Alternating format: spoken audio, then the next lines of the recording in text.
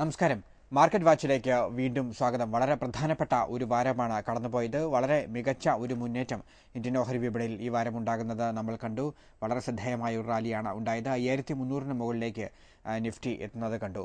വളരെ പ്രധാനപ്പെട്ട ചില റിസൾട്ടുകൾ വന്നു. ചില റിസൾട്ടുകൾ വിപണിയുടെ പ്രതീക്ഷയ്ക്ക് അനുസരിച്ചെത്തി, ചിലത് വിപണിയെ നിരാശപ്പെടുത്തി. ചില സ്റ്റോക്കുകളിൽ ശ്രദ്ധേയമായ കുതിപ്പുണ്ടായപ്പോൾ ചില പ്രധാനപ്പെട്ട സ്റ്റോക്കുകൾ ഈ വാരം താഴോട്ട് പോകുന്നതും നമ്മൾ കണ്ടു. ഏറ്റവും പ്രധാനപ്പെട്ടത് സ്റ്റേറ്റ് ബാങ്ക് ഓഫ് ഇന്ത്യയും ഭാരതി എയർടെലുമായിരുന്നു. അങ്ങനെ വളരെ ചലനാത്മകമായ ഒരു വാരമാണ് കടന്നുപോയത്. 5320 ആണ് വെള്ളിയാഴ്ചത്തെ ക്ലോസിംഗ് ഉണ്ടായത്. 17557 സെൻസെക്സും ക്ലോസ് ചെയ്തു. ഈ വാരത്തിന്റെ പ്രധാനപ്പെട്ട പ്രത്യേകതകൾ നമുക്ക് ആദ്യം പരിശോധിക്കാം. അതിനുശേഷം അടുത്ത വാർത്ത സാധ്യതകൾ, ഈ മുന്നേറ്റം തുടരുമോ എന്നതാണ് എല്ലാവർക്കും പ്രധാനമായും അറിയേണ്ടത്. ഒപ്പം തന്നെ ടെക്നിക്കലി വിപണി എങ്ങനെ നിൽക്കുന്നു എന്നതും അറിയേണ്ടതുണ്ട്. നിരവധി കത്തുകളും ഈ ലക്കം ലഭിച്ചിട്ടുണ്ട്. ആദ്യം ഭുവനേന്ദ്രനിലേക്ക് പോകാം. ഭുവനേന്ദ്രൻ, ഈ കുതിപ്പിന്റെ പ്രധാനപ്പെട്ട കാരണം എന്താണ്? ഇതൊരു റിസൾട്ട് ഓറിയന്റഡ് മാത്രമായിരുന്നു, അതോ വിദേശ ധനകാര്യ സ്ഥാപനങ്ങൾ വിപണിയിൽ വലിയ തോതിൽ താല്പര്യം കാട്ടിയതാണോ ഈ മുന്നേറ്റത്തിന്റെ കാരണം? പ്യൂർലി ലിക്വിഡിറ്റി ഡ്രിവൺ ആയിട്ടുള്ള ഒരു മാർക്കറ്റാണ്. ഇക്കണോമിക് സിറ്റുവേഷനിൽ കാര്യമായ മാറ്റങ്ങൾ ഒന്നും തന്നെ സംഭവിച്ചിട്ടില്ല. റിസൾട്ടിന് മാർക്കറ്റിന്റെ പ്രതീക്ഷയ്ക്ക് ഉയരാൻ കഴിഞ്ഞില്ല. അതുപോലെ തന്നെ മൺസൂൺ ശക്തമായിട്ടില്ല. ഇതൊക്കെ പരിഗണിക്കുമ്പോൾ പ്രധാനമായിട്ടും FISന്റെ ഒരു പാർട്ടിസിപ്പേഷൻ ആയിരുന്നു പ്രധാനമായിട്ട്. 2900 crore ക്യാഷ് മാർക്കറ്റിൽ FISന്റെ ഇൻവെസ്റ്റ്മെന്റ്. അതേസമയം ഡൊമസ്റ്റിക് ഇൻസ്റ്റിറ്റ്യൂഷൻ സെല്ലിംഗ് ആണ്. 2049 crore സെല്ലിംഗ് സൈഡിലാണ്. ഇത് പ്യൂർലി ഒരു ലിക്വിഡിറ്റി ഡ്രിവൺ റാലി തന്നെയാണ്. FISന്റെ ഒരു പാർട്ടിസിപ്പേഷൻ തന്നെയായിരുന്നു ഈ ഒരു റാലിക്ക് പ്രധാന കാരണം. അതിന്റെ ഒരു റീസൺ, പുതുതായി ചാർജ് എടുത്ത finance minister Chidambaram investment climate change ചെയ്യാനുള്ള മെഷേഴ്സ് എടുക്കും, അതുപോലെ തന്നെ ഫോറിൻ ഇൻവെസ്റ്റ്മെന്റ് അട്രാക്ട് ചെയ്യാനുള്ള മെഷേഴ്സ് അദ്ദേഹം എടുക്കുമെന്നുള്ളതും ഡിസ്ഇൻവെസ്റ്റ്മെന്റ് കാര്യക്ഷമമായി മുന്നോട്ട് കൊണ്ടുപോകും എന്നുള്ള അദ്ദേഹത്തിന്റെ പ്രസ്താവനകൾ മാർക്കറ്റും അതുപോലെ തന്നെ FISും വളരെ പോസിറ്റീവായിട്ടാണ് എടുത്തത്. ഈ ഒരു റാലിയുടെ പ്രധാന റീസൺ ഇത് തന്നെയായിരുന്നു. നമ്മൾ നേരത്തെ പറഞ്ഞ ഒരു സ്റ്റോക്ക് സ്പെസിഫിക് ആയിട്ടുള്ള മൂവ്മെന്റ് ഉണ്ടാകാം, റിസൾട്ടിനനുസരിച്ച് ആ ഒരു സ്റ്റോക്കിൽ മൂവ്മെന്റ് ഉണ്ടാകാം എന്ന് പറഞ്ഞിരുന്നു. അതുപോലെ തന്നെ FMCG സെക്ടറിലായിരുന്നു FISന്റെ പ്രധാനമായിട്ടുള്ള പാർട്ടിസിപ്പേഷൻ. അതാണ് ഹിന്ദുസ്ഥാൻ യൂണിലിവറും ITC പോലെയുള്ള നല്ല റിസൾട്ട് അനൗൺസ് ചെയ്ത കമ്പനികളിലായിരുന്നു എല്ലാ FISന്റെ ഇൻവെസ്റ്റ്മെന്റും വന്നിരുന്നത്. അതേസമയത്ത് ഭാരതി എയർടെൽ, സ്റ്റേറ്റ് ബാങ്ക് ഓഫ് ഇന്ത്യ പോലെയുള്ള സ്റ്റോക്കുകൾ അതിന്റെ റിസൾട്ട് വളരെ മോശമായി. ഭാരതി എയർടെൽ 13% ആണ് കറക്റ്റ് ചെയ്തത്. വളരെ മോശം റിസൾട്ടായിരുന്നു അനൗൺസ് ചെയ്തത്. അതുപോലെ തന്നെയാണ് മഹീന്ദ്രയും DLFും മാത്രമായിരുന്നു വളരെ പോസിറ്റീവായിട്ടുള്ള റിസൾട്ട് അനൗൺസ് ചെയ്തത്. ആ സ്റ്റോക്കിൽ കുറച്ച് അപ്സൈഡിലേക്ക് മൂവ് ചെയ്യുന്നത് നമ്മൾ കണ്ടു. ബാക്കി വന്ന എല്ലാ റിസൾട്ടും റാൻബാക്സി, ഇന്ത്യൻ ഓയിൽ കോർപ്പറേഷൻ പോലെയുള്ള എല്ലാ കമ്പനികളുടെ റിസൾട്ട് മോശമായിരുന്നു. അപ്പോൾ മോശം റിസൾട്ട് വന്ന എല്ലാ കമ്പനികളിലും ഒരു സെല്ലിംഗ് പ്രഷർ നമ്മൾ കണ്ടു. ഇതിൽ വേറൊരു കാര്യം ശ്രദ്ധിക്കേണ്ടത്, പല സ്റ്റോക്കുകളും ഹയർ ലെവലിലേക്ക് മൂവ് ചെയ്തപ്പോൾ കഴിഞ്ഞ റാലിയിൽ പാർട്ടിസിപ്പേറ്റ് ചെയ്ത പല സ്റ്റോക്കുകളും 4800 ലെവലിൽ നിഫ്റ്റി നിന്ന റേറ്റിലാണ് ഇപ്പോൾ. എസ്പെഷ്യലി പ്രൈവറ്റ് സെക്ടർ ബാങ്കുകളൊക്കെ പോസിറ്റീവ് സോണിലേക്ക് മൂവ് ചെയ്ത സമയത്താണ് പബ്ലിക് സെക്ടർ ബാങ്കുകളെല്ലാം തന്നെ ലോവർ ലെവലിലേക്ക് മൂവ് ചെയ്തു. State bank of India result വളരെ മോശമായി, അത് വീണ്ടും കറക്റ്റ് ചെയ്യുന്നതാണ് കണ്ടത്. Last week 6% state bank of India correct ചെയ്തു. അതുപോലെ തന്നെ എല്ലാ സെക്ടറിലും എല്ലാ ബാങ്കിങ് സ്റ്റോക്കുകളും പബ്ലിക് സെക്ടർ ബാങ്കുകളെല്ലാം തന്നെ അതിന്റെ ഒരു പ്രധാന റീസൺ NPA കൂടി എന്നുള്ളതാണ്. സ്റ്റേറ്റ് ബാങ്ക് ഓഫ് ഇന്ത്യയുടെ 4.44 നിന്ന് 4.9 NPA ഇൻക്രീസ് ചെയ്തു. അപ്പോൾ എല്ലാ പബ്ലിക് സെക്ടർ ബാങ്കുകളിലും NPA ഇൻക്രീസ് ചെയ്തു. റിസൾട്ട് മാർക്കറ്റിന്റെ പ്രതീക്ഷയ്ക്ക് ഉയരാൻ കഴിഞ്ഞില്ല. അതുകൊണ്ടാണ് ആ സ്റ്റോക്കുകളിലൊക്കെ തന്നെ ഒരു സെല്ലിംഗ് പ്രഷർ ഉണ്ടായത്. അപ്പോൾ സെലക്റ്റീവ് ആയിട്ടുള്ള ഒരു ബൈങ് ആണ് FISന്റെ ഭാഗത്തു നിന്നുണ്ടായത്. FISന്റെ ബൈങ് തന്നെയാണ് ഈ മാർക്കറ്റിന്റെ ഒരു റാലിക്ക് പ്രധാന കാരണം. വളരെ പ്രധാനപ്പെട്ടതാണ് ഇനി വിപണിയുടെ ടെക്നിക്കൽ എങ്ങനെ. 5320 ക്ലോസിംഗ്. 5300 ലെവൽ നിക്ഷേപകർ വലിയ താല്പര്യത്തോടു കൂടിയാണ് കണ്ടത്. എന്തായിരിക്കും ടെക്നിക്കൽ ചാർട്ട് പറയുന്നത്? ടെക്നിക്കലി 5360 എന്ന് പറയുന്ന ലെവൽ ബ്രേക്ക് ചെയ്ത് മാർക്കറ്റ് സ്റ്റെബിലൈസ് ചെയ്യുകയാണെങ്കിൽ കുറച്ചുകൂടെ അപ്സൈഡിലേക്ക് മാർക്കറ്റ് മൂവ് ചെയ്യാം. അതിൽ 5230 ആണ് ഇമ്മീഡിയറ്റ് സപ്പോർട്ട് സോൺ ആയിട്ട് ഹോൾഡ് ചെയ്യുന്നത്. 5230 ലെവൽ ബ്രേക്ക് ചെയ്യുകയാണെങ്കിൽ മാർക്കറ്റ് ഡൗൺ സൈഡിലേക്ക് മൂവ് ചെയ്യും. അതേസമയം 5360 ബ്രേക്ക് ചെയ്ത് മുകളിലേക്ക് ട്രേഡ് സ്റ്റെബിലൈസ് ചെയ്യുകയാണെങ്കിൽ ലോങ് പൊസിഷൻ അഡ്വൈസബിൾ ആണ്. പക്ഷേ കുറച്ച് റിസ്കി ഏരിയ തന്നെയാണ്. കാരണം ഞാൻ നേരത്തെ പറഞ്ഞ ഇക്കണോമിക് സിറ്റുവേഷൻ ഒന്നും അത്രത്തോളം ഫേവറബിൾ അല്ല. അപ്പോൾ ലോവർ ലെവൽ ഇൻവെസ്റ്റ്മെന്റ് നടത്തിയ നിക്ഷേപകർക്ക് തന്നെ ഒരു പ്രോഫിറ്റ് ബുക്കിംഗ് പരിഗണിക്കുന്നതായിരിക്കും നല്ലത്.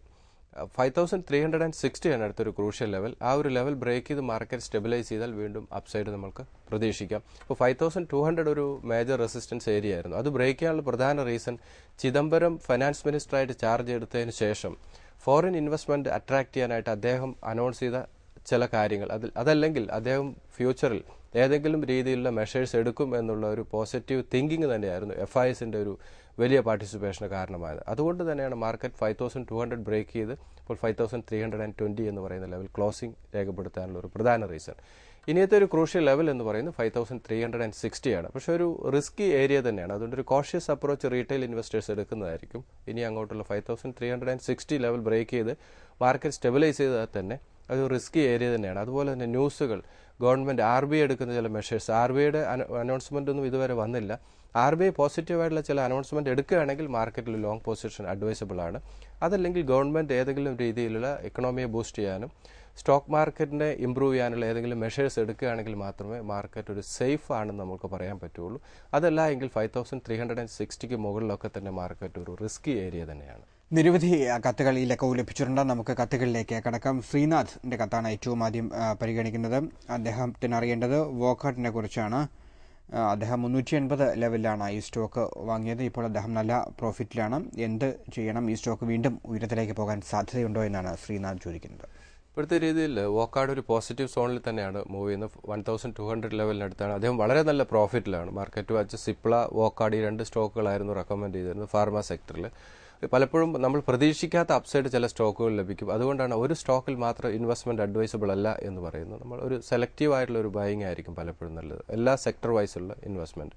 അപ്പോൾ വോക്കാർഡ് മാനേജ്മെന്റ് ലെവലിൽ ചില എടുത്ത ഡിസിഷൻസ് ആണ്. അതുപോലെ ഡെറ്റ് റീസ്ട്രക്ചർ ചെയ്യാനുള്ള ചില മെഷേഴ്സൊക്കെയാണ് ഈ സ്റ്റോക്ക് ഇത്രത്തോളം ഹയർ ലെവലിലേക്ക് മൂവ് ചെയ്യാനുള്ള കാരണം.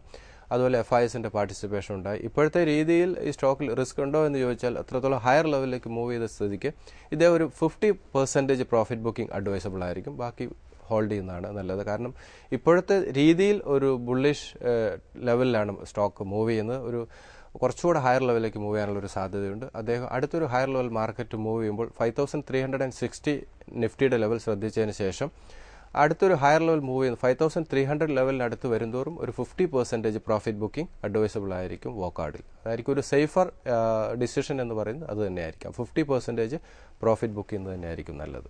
മാർക്കറ്റ് വാച്ചിൽ ഇനിയൊരു ഇടവേള. അടുത്ത കത്തിലേക്ക് പോകുന്നു. ശ്രീ രാജു അബ്രഹാമിന്റെ കത്താണ്. Bharti Airtel, SAIL, Tata Motors, state bank of India എന്നീ സ്റ്റോക്കുകളെ കുറിച്ചാണ് അദ്ദേഹത്തിന് അറിയേണ്ടത്. ഭാരതി എയർടെലും SBIയും ഈ വാരം വലിയ തിരിച്ചടി ഉണ്ടാക്കുന്നത് നമ്മൾ കണ്ടതാണ്. അഭിലാഷ് പറഞ്ഞത് വളരെ ശരിയാണ്. ഈ സ്റ്റോക്കുകളിൽ എനിക്ക് തോന്നി 4 സ്റ്റോക്കിനും റിസൾട്ട് വളരെ മോശമായിരുന്നു. ഇതിൽ ആദ്യമായി ഭാരതി എയർടെൽ 13% ആണ് ലാസ്റ്റ് വീക്ക് കറക്റ്റ് ചെയ്തത്. നെറ്റ് പ്രോഫിറ്റ് 762 crore ആയിരുന്നു. ലാസ്റ്റ് ഇയറുമായിട്ട് കമ്പയർ ചെയ്യുമ്പോൾ ബിലോ മാർക്കറ്റ് എക്സ്പെക്ടേഷൻ ആയിരുന്നു. അതുപോലെ തന്നെ മാർക്കറ്റിന്റെ പ്രതീക്ഷയ്ക്ക് ഉയരാൻ ഈ റിസൾട്ടിന് കഴിഞ്ഞില്ല. അതിന്റെ ഒരു റിഫ്ലക്ഷൻ കണ്ടു. 253 ലെവലിലാണ് സ്റ്റോക്ക്, 56 ലെവലിലാണ് സ്റ്റോക്ക് ട്രേഡിംഗ് നടക്കുന്നത്.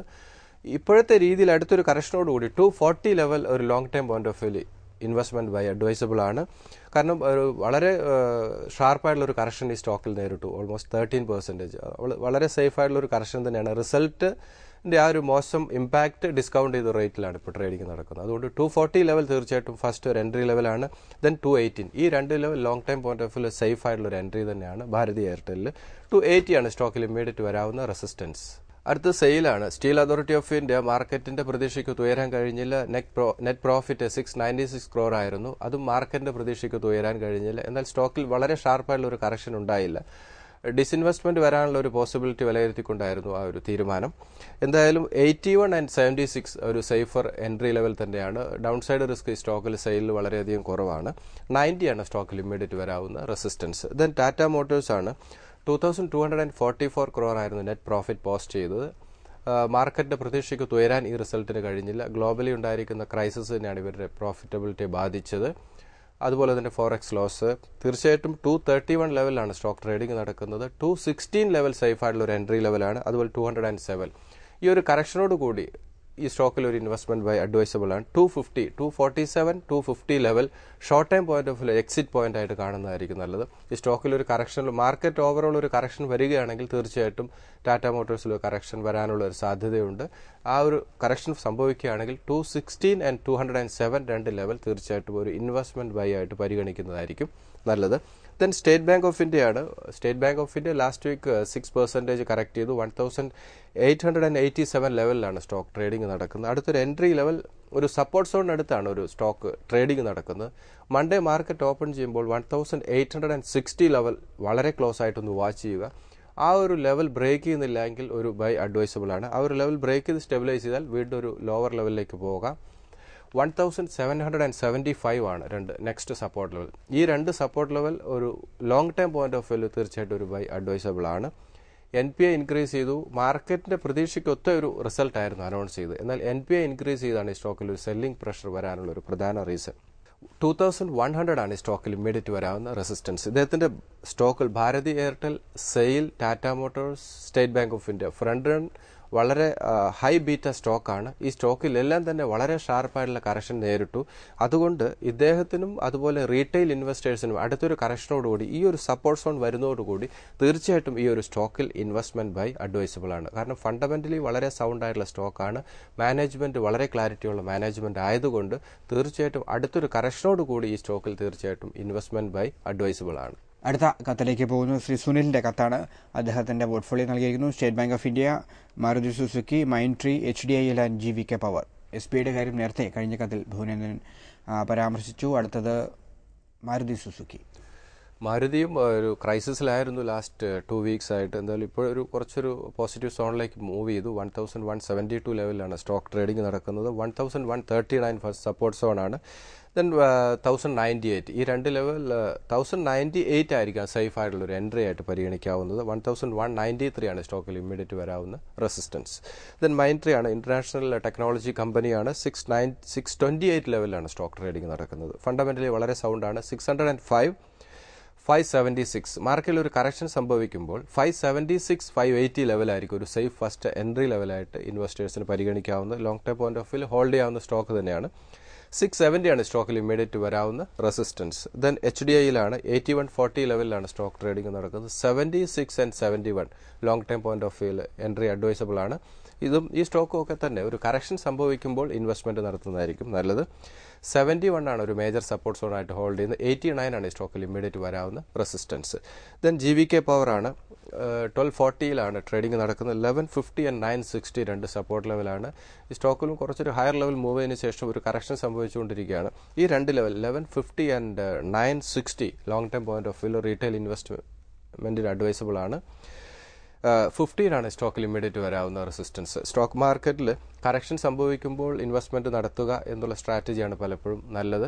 അതുപോലെ തന്നെ നല്ല റിസൾട്ട് അനൗൺസ് ചെയ്തതിന് ശേഷം റിസൾട്ട് നന്നായി പഠിച്ചതിന് ശേഷം ഒരു ഇൻവെസ്റ്റ്മെന്റ് നടത്തുക എന്നുള്ള ഒരു അഡ്വൈസ് പലപ്പോഴും മാർക്കറ്റ് വാച്ച് തരുന്നതും അതുകൊണ്ട് തന്നെയാണ്. കാരണം റിസൾട്ടിന് ശേഷം വളരെ ഷാർപ്പായിട്ടുള്ള ഒരു സെല്ലിംഗ് പ്രഷറോ അതല്ലെങ്കിൽ റിസൾട്ട് മോശമാണെങ്കിൽ വലിയൊരു സെല്ലിംഗ് പ്രഷർ സംഭവിക്കാം. അതുപോലെ തന്നെ വളരെ ബെറ്റർ ആയിട്ടുള്ള റിസൾട്ട് അനൗൺസ് ചെയ്ത എല്ലാ കമ്പനികളിലും എല്ലാ സ്റ്റോക്കിലും ഷാർപ്പായിട്ടുള്ള പുൾ ബാക്കിൽ ലഭിച്ചിട്ടുണ്ട്. അതുകൊണ്ട് നെക്സ്റ്റ് വീക്ക് കുറച്ച് റിസൾട്ട് വരാനിരിക്കുന്നു. റിസൾട്ട് നന്നായി പഠിച്ചതിന് ശേഷം ഇൻവെസ്റ്റ്മെന്റ് ഡിസിഷൻ എടുക്കുന്നതായിരിക്കും നല്ലത്. അടുത്ത കത്തിലേക്ക് പോകുന്നു. ശ്രീ വിജയകുമാറിന്റെ കത്താണ്. അദ്ദേഹം ഒരു പുതിയ നിക്ഷേപകനാണ്. 100 രൂപയിൽ താഴെ വിലയുള്ള ചില നല്ല സ്റ്റോക്കുകൾ ആണ് അദ്ദേഹം ശുപാർശ ചെയ്യാമോ എന്ന് ചോദിക്കുന്നത്. അദ്ദേഹം ഒരു ഡെയിലി ട്രേഡിംഗ് ആണ് ആഗ്രഹിക്കുന്ന ഇക്കാര്യത്തിൽ. ഡെയിലി ട്രേഡിംഗ് അത്ര അഡ്വൈസബിൾ അല്ല. അതും ബിലോ 100 ആയിട്ടുള്ള സ്റ്റോക്കുകളിൽ ഒരു പുതിയ ഇൻവെസ്റ്റർ ഡേ ട്രേഡിംഗ് ചെയ്യുന്നത് ഉള്ള ക്യാപിറ്റൽ നഷ്ടപ്പെടാനുള്ള ഒരു സാഹചര്യം ഉണ്ടാകും. അതുകൊണ്ട് ഒരു കാരണവശാലും ഡേ ട്രേഡിംഗ് അഡ്വൈസബിൾ അല്ല. കുറച്ച് സ്റ്റോക്കുകൾ ഞാൻ long time point of view advise ചെയ്യാം. അതിൽ ഫസ്റ്റ് സൗത്ത് ഇന്ത്യൻ ബാങ്ക് ആണ്. സൗത്ത് ഇന്ത്യൻ ബാങ്ക് ഫണ്ടമെന്റലി വളരെ സൗണ്ടായിട്ടുള്ള സ്റ്റോക്കാണ്. റിസൾട്ട് മാർക്കറ്റിന്റെ പ്രതീക്ഷയ്ക്ക് ഉയരാൻ കഴിഞ്ഞില്ലായിരുന്നു. അതുകൊണ്ടാണ് ഒരു കറക്ഷൻ നേരിട്ടത്. 21 and 19 രണ്ട് സേഫ് ആയിട്ടുള്ള രണ്ട് എൻട്രി ലെവലാണ്. ദെൻ L&T ഫിനാൻസ് ആണ്. ഇഷ്യൂ പ്രൈസിലും താഴെയാണ് ഇപ്പോൾ ട്രേഡിംഗ് നടക്കുന്നത്. 42 and 38 സേഫ് ആയിട്ടുള്ള രണ്ട് എൻട്രിയാണ്. ഡൗൺ സൈഡ് റിസ്ക് L&T ഫിനാൻസിൽ വളരെയധികം കുറവാണ്. ദെൻ JP അസോസിയേറ്റ്സ് ആണ്. 73 and 69 ഇതിൽ 73 വളരെ ക്ലോസ് ആയിട്ട് വാച്ച് ചെയ്യണം. അതുപോലെ ഇതൊരു ഹൈ ബീറ്റ സ്റ്റോക്കാണ്. ബാഡ് ന്യൂസുകൾ വരികയാണെങ്കിൽ വളരെ ഷാർപ്പായിട്ടുള്ള കറക്ഷൻ വരാനുള്ള ഒരു സാധ്യതയുണ്ട്. അതുകൊണ്ട് ഈ രണ്ട് ലെവലുകൾ വളരെ ക്ലോസ് ആയി വാച്ച് ചെയ്തതിനു ശേഷം മാത്രമേ ഈ JP അസോസിയേറ്റ്സിൽ ഒരു ഇൻവെസ്റ്റ്മെന്റ് ഡിസിഷൻ എടുക്കാൻ പാടുള്ളൂ. 73 and 69 രണ്ട് ലെവലുകളും വളരെ ക്ലോസ് ആയി വാച്ച് ചെയ്യുക. ആ ലെവൽ ബ്രേക്ക് ചെയ്യുന്നുണ്ടെങ്കിൽ ഒരു കാരണവശാലും ഇൻവെസ്റ്റ്മെന്റ് ബൈ അഡ്വൈസബിൾ അല്ല. ദെൻ സെയിലാണ്. നേരത്തെ നമ്മൾ ബൈ റെക്കമെൻഡേഷൻ കൊടുത്തതാണ്. 81 and 76 ടെക്നിക്കലി രണ്ട് സപ്പോർട്ട് സോൺ ആണ്. ഇത് long time point of view investment buy ഈ സ്റ്റോക്കിൽ അഡ്വൈസബിൾ ആണ്. ദെൻ സിൻഡിക്കേറ്റ് ബാങ്ക് ആണ്. 90 and 84 ലെവൽ വരണമെങ്കിൽ മാർക്കറ്റിൽ വളരെ ഷാർപ്പായിട്ടുള്ള ഒരു കറക്ഷൻ സംഭവിക്കുകയാണെങ്കിൽ മാത്രമേ ആ ഒരു ലെവൽ വരാൻ സാധ്യതയുള്ളൂ. എന്തു തന്നെയാണെങ്കിലും ലാസ്റ്റ് 1 month ബാക്ക് ഈ സ്റ്റോക്ക് 85 ലെവൽ വന്നതിന് ശേഷമാണ് വളരെ ഷാർപ്പായിട്ടുള്ള ഒരു പുൾ ബാക്ക് ലഭിച്ചിരുന്നു. വീണ്ടും കറക്ഷൻ മോഡിലേക്ക് മൂവ് ചെയ്തിരിക്കുകയാണ്. അപ്പോൾ സേഫ് എൻട്രി എന്ന് പറയുന്നത് 90 and 84 long time point of view ഈ രണ്ട് എൻട്രി അഡ്വൈസബിൾ ആണ്. പലപ്പോഴും മാർക്കറ്റിൽ നമ്മൾ 2-3 സ്റ്റേജ് ആയിട്ടുള്ള ഇൻവെസ്റ്റ്മെന്റ് പലപ്പോഴും മാർക്കറ്റ് വാച്ച് അഡ്വൈസ് ചെയ്യുന്നു. നമ്മൾ പ്രതീക്ഷിക്കാത്ത സമയത്ത് മാർക്കറ്റിൽ വളരെ ഷാർപ്പായിട്ടുള്ള പുൾ ബാക്ക് ലഭിക്കുന്നു. റീസെൻ്റ് ആയിട്ടുള്ള എല്ലാ റാലികളും നമ്മൾക്കറിയാം, പ്രതീക്ഷിക്കാത്ത സമയത്താണ് പലപ്പോഴും റാലി സംഭവിക്കുന്നത്. അതുകൊണ്ട് തന്നെ പ്രതീക്ഷിക്കാത്ത സമയത്ത് മാർക്കറ്റിൽ കറക്ഷൻ സംഭവിക്കുന്നു. ഈ സമയത്ത് നമ്മൾ ചെറിയ ചെറിയ ഇൻവെസ്റ്റ്മെൻറ്റ് നടത്തിക്കൊണ്ടേയിരിക്കുക. പുൾ ബാക്ക് ലഭിക്കുമ്പോൾ എക്സിറ്റ് ചെയ്ത് മാർക്കറ്റിൽ നിന്ന് മാറുക, വീണ്ടും അടുത്ത കറക്ഷന് വേണ്ടി നമ്മൾ വെയിറ്റ് ചെയ്യുക എന്നുള്ള സ്ട്രാറ്റജിയാണ് പലപ്പോഴും റീറ്റെയിൽ ഇൻവെസ്റ്റേഴ്സിന് നല്ലത്. ഒരു കാരണവശാലും റീറ്റെയിൽ ഇൻവെസ്റ്റേഴ്സ് ട്രേഡിങ്ങിന് പോകുന്നത് അത്രത്തോളം അഡ്വൈസബിൾ അല്ല. ഇതിൽ south Indian bank, L&T finance, അതുപോലെ തന്നെ sale, JP associates, syndicate bank fundamentally വളരെ സൗണ്ട് ആയിട്ടുള്ള സ്റ്റോക്കാണ്. വാല്യുവേഷൻ ഫെയർ വാല്യൂവിലേക്ക് വന്നുകൊണ്ടിരിക്കുന്നു. ഈ ഒരു മാർക്കറ്റിൽ ചെറിയൊരു കറക്ഷൻ സംഭവിക്കുമ്പോൾ ഈ സപ്പോർട്ട് സോണിലേക്ക് വരുന്തോറും ആ ഒരു ഫെയർ വാല്യൂവിലേക്ക് ഈ സ്റ്റോക്ക് വരും. ആ ഒരു സമയത്ത് റീറ്റെയിൽ ഇൻവെസ്റ്റേഴ്സിന് ഈ സ്റ്റോക്കുകളിൽ ഇൻവെസ്റ്റ്മെന്റ് അഡ്വൈസബിൾ ആണ്. മാർക്കറ്റ് വാച്ചിൽ ഒരു ഇടവേള കൂടി. മാർക്കറ്റ് വാച്ചിലേക്ക് വീണ്ടും സ്വാഗതം. അടുത്ത കത്തിലേക്ക് കടക്കുന്നു. ശ്രീ രഞ്ജിത്ത് പനക്കലിന്റെ കത്താണ്. Canara Bank, Dewan Housing, IVRCL, SAIL, Tata Motors, VIP, Jayashree Tea, BHEL, ഹിൻകോപ്പ് ആൻഡ് അദാനി എന്റർപ്രൈസസ്, ഈ സ്റ്റോക്കുകളാണ് അദ്ദേഹത്തിന്റെ കൈവശമുള്ളത്. ഇതിന്റെ സാധ്യതകളെക്കുറിച്ചാണ് ശ്രീ രഞ്ജിത്ത് ചോദിക്കുന്നത്. ഈ സ്റ്റോക്കുകളെല്ലാം ഫണ്ടമെന്റലി വളരെ സൗണ്ട് ആയിട്ടുള്ള സ്റ്റോക്കാണ്. ഇത് സ്റ്റോക്കിലെല്ലാം തന്നെ ഒരു കറക്ഷൻ നേരിട്ടു. അദ്ദേഹം വീണ്ടും ഈ സ്റ്റോക്കുകൾ ഹോൾഡ് ചെയ്യുന്നത് തന്നെയാണ് നല്ലത്. ഇതിൽ ആദ്യം കാനറ ബാങ്ക് ആണ്. കാനറ ബാങ്കിന്റെ റിസൾട്ട് മോശമായിരുന്നു, അതുകൊണ്ട് വളരെ ഷാർപ്പായുള്ള കറക്ഷൻ കാനറ ബാങ്കിൽ നേരിട്ടു. എൻ്റെ ഒരു വ്യക്തിപരമായ അഭിപ്രായത്തിൽ കാനറ ബാങ്ക് തീർച്ചയായിട്ടും long term point of view retail ഇൻവെസ്റ്റേഴ്സിന് എല്ലാം തന്നെ ഇൻവെസ്റ്റ്മെന്റ് അഡ്വൈസബിൾ ആണ്. 349 ലെവലിലാണ് സ്റ്റോക്ക് ട്രേഡിംഗ് നടക്കുന്നത്. 326 ആൻഡ് 301 സേഫ് ആയിട്ടുള്ള രണ്ട് എൻട്രി ലെവലാണ്. മാർക്കറ്റിൽ വീണ്ടും കറക്ഷൻ സംഭവിക്കുകയാണ്, ഈ ഒരു ലെവലിലേക്ക് വരാം. കാനറ ബാങ്ക് തീർച്ചയായിട്ടും long term point of view ഒരു ഇൻവെസ്റ്റ്മെന്റ് ബൈ അഡ്വൈസബിൾ ആണ്. 394 ആണ് സ്റ്റോക്കിൽ ഇമ്മീഡിയറ്റ് വരാവുന്ന റെസിസ്റ്റൻസ്. ദെൻ ദിവാൻ ഹൗസിംഗ് ആണ്. 159 ലെവലിലാണ് ട്രേഡിംഗ് നടക്കുന്നത്. 148 ആൻഡ് 132 ലെവൽ സേഫ് എൻട്രി ലെവലാണ്. ക്ലാരിറ്റി ഉള്ള മാനേജ്മെന്റ് ആണ്. Long term point of view investment buy advisable ആണ്. 190 ആണ് ഈ സ്റ്റോക്കിൽ ഇമ്മീഡിയറ്റ് വരാവുന്ന റെസിസ്റ്റൻസ്. ദെൻ IVRCL ആണ്. 44-40 ലെവലിലാണ് ട്രേഡിംഗ് നടക്കുന്നത്. 40 ആൻഡ് 36 സേഫ് ആയിട്ടുള്ള രണ്ട് എൻട്രി തന്നെയാണ്. ഡൗൺ സൈഡ് റിസ്ക് ഈ ഒരു ലെവലിൽ നിന്നും വരാനുള്ള സാധ്യത വളരെയധികം കുറവാണ്. 36 ലെവൽ മാർക്കറ്റിൽ വളരെ ഷാർപ്പ് കറക്ഷൻ സംഭവിക്കുകയാണെങ്കിൽ മാത്രമേ വരാൻ സാധ്യതയുള്ളൂ. ആ ഒരു ലെവൽ വളരെ സേഫ് ആയുള്ള എൻട്രി ലെവൽ തന്നെയാണ്. 50 ആണ് സ്റ്റോക്കിൽ ഇമ്മീഡിയറ്റ് വരാവുന്ന റെസിസ്റ്റൻസ്. ദെൻ VIP ആണ്. 70-50 സ്റ്റോക്ക് ട്രേഡിംഗ് നടക്കുന്നത്. 76 ആണ് ഫസ്റ്റ് സപ്പോർട്ട് സോൺ. ദെൻ അത് ബ്രേക്ക് ആണെങ്കിൽ 73. 87 ആണ് സ്റ്റോക്കിൽ ഇമ്മീഡിയറ്റ് വരാവുന്ന റെസിസ്റ്റൻസ്. ദെൻ ജയശ്രീ ടി ആണ്. 83 ആണ് കറന്റ് മാർക്കറ്റ് വാല്യൂ. 80 ആൻഡ് 76 രണ്ട് സപ്പോർട്ട് സോൺ ആണ്. 95 ആണ് സ്റ്റോക്കിൽ ഇമ്മീഡിയറ്റ് വരാവുന്ന റെസിസ്റ്റൻസ്. ദെൻ BHEL ആണ്. ഫണ്ടമെന്റലി വളരെ സൗണ്ട് ആണ് സ്റ്റോക്ക്. 214 ലെവലായിരിക്കും സേഫ് ആയിട്ടുള്ള ഫസ്റ്റ് എൻട്രി. ദെൻ അത് ബ്രേക്ക് ആണെങ്കിൽ 196. 214 ആൻഡ് 196 ലെവൽ തീർച്ചയായിട്ടും ലോങ് ടേം പോയിന്റ് ഓഫ് വ്യൂയിൽ ഇൻവെസ്റ്റ്മെന്റ് ബൈ അഡ്വൈസബിൾ ആണ്. ഈ സ്റ്റോക്കിലും ഡൗൺ സൈഡ് റിസ്ക് വളരെയധികം കുറവാണ്. ഫണ്ടമെന്റലി വളരെ സൗണ്ട് ആയിട്ടുള്ള സ്റ്റോക്കാണ്. 250 ആണ് സ്റ്റോക്കിൽ ഇമ്മീഡിയറ്റ് വരാവുന്ന റെസിസ്റ്റൻസ്. ദെൻ ഹിന്ദ് കോപ്പർ ആണ്. 255 ആൻഡ് 240 രണ്ട് സപ്പോർട്ട് സോൺ ആണ്. 295 ആണ് സ്റ്റോക്കിൽ ഇമ്മീഡിയറ്റ് വരാവുന്ന റെസിസ്റ്റൻസ്. അടുത്തത് അദാനി എന്റർപ്രൈസസ് ആണ്. 177 ലെവലിലാണ് സ്റ്റോക്ക് ട്രേഡിംഗ് നടക്കുന്നത്. 160 ആണ് സേഫ് ആയിട്ടുള്ള ഒരു എൻട്രി. ദെൻ 140. ഈ രണ്ട് ലെവൽ വരികയാണെങ്കിൽ മാത്രം ഇൻവെസ്റ്റ്മെന്റിന് പരിഗണിക്കുന്നതായിരിക്കും നല്ലത്. 160 ആൻഡ് 140 സേഫ് ആയിട്ടുള്ള രണ്ട് എൻട്രി ലെവലാണ്. 215 ആണ് സ്റ്റോക്കിൽ ഇമ്മീഡിയറ്റ് വരാവുന്ന റെസിസ്റ്റൻസ്. ഇദ്ദേഹത്തിന്റെ സ്റ്റോക്കുകളെല്ലാം തന്നെ ഫണ്ടമെന്റലി വളരെ സൗണ്ടാണ്. ഈ സ്റ്റോക്കിലൊക്കെ തന്നെ ഒരു ഷാർപ്പ് കറക്ഷൻ നേരിട്ടു. അടുത്തൊരു കറക്ഷനോട് കൂടി ഒരു ഇൻവെസ്റ്റ്മെന്റ് ബൈ, അതല്ലെങ്കിൽ ഇദ്ദേഹം ഹയർ ലെവലിലാണ് എൻട്രി ചെയ്തതെങ്കിൽ തീർച്ചയായിട്ടും ഈ സ്റ്റോക്ക് ആവറേജ് ചെയ്യുന്നത് തീർച്ചയായിട്ടും നന്നായിരിക്കും. മാർക്കറ്റ് വാച്ചിനെ ലക്കം അവസാനിക്കുന്നു. വിപണി സംബന്ധിച്ച നിങ്ങളുടെ സംശയങ്ങൾ തുടർന്നും എഴുതി അറിയിക്കുക. investment@asiannews.in എന്ന വിലാസത്തിലാണ് അയക്കേണ്ടത്. അല്ലെങ്കിൽ Asianet news NH bypass junction, Palarivattom, Kochi 25 എന്ന വിലാസത്തിൽ അയക്കുക. ഹെഡ്ജ് ഇക്വിറ്റീസിന്റെ ചീഫ് എക്സിക്യൂട്ടീവ് ഓഫീസറായ N. ഭൂരേന്ദ്രനാണ് അതുപോലെ മാർക്കറ്റ് വാച്ചിൽ പങ്കെടുക്കുന്നത്. മാർക്കറ്റ് വാച്ചിനെ അടുത്ത ആഴ്ച ഇതേ ദിവസം ഇതേ സമയം. നമസ്കാരം.